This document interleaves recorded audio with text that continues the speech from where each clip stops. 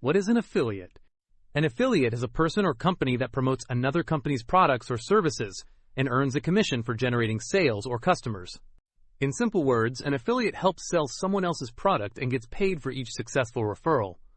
Affiliate relationships are common in digital marketing and online business. Companies create affiliate programs to allow individuals or businesses to promote their products using special tracking links. When a customer clicks the affiliate link and makes a purchase, the affiliate earns a commission. Affiliates can promote products through websites, blogs, social media, email marketing, or video platforms. For example, a content creator may recommend a product in a video and include an affiliate link. If viewers buy the product through that link, the creator receives a percentage of the sale. Affiliate marketing benefits both sides. Companies increase sales without paying upfront advertising costs. Affiliates earn income without creating their own products.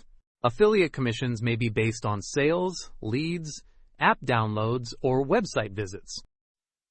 In business and accounting, the term affiliate can also refer to a company that is related to another company through ownership or control, but not fully owned. For example, a company owning a significant percentage of another company may call it an affiliate company. In simple terms, an affiliate is someone who promotes products or is connected to another business through partnership.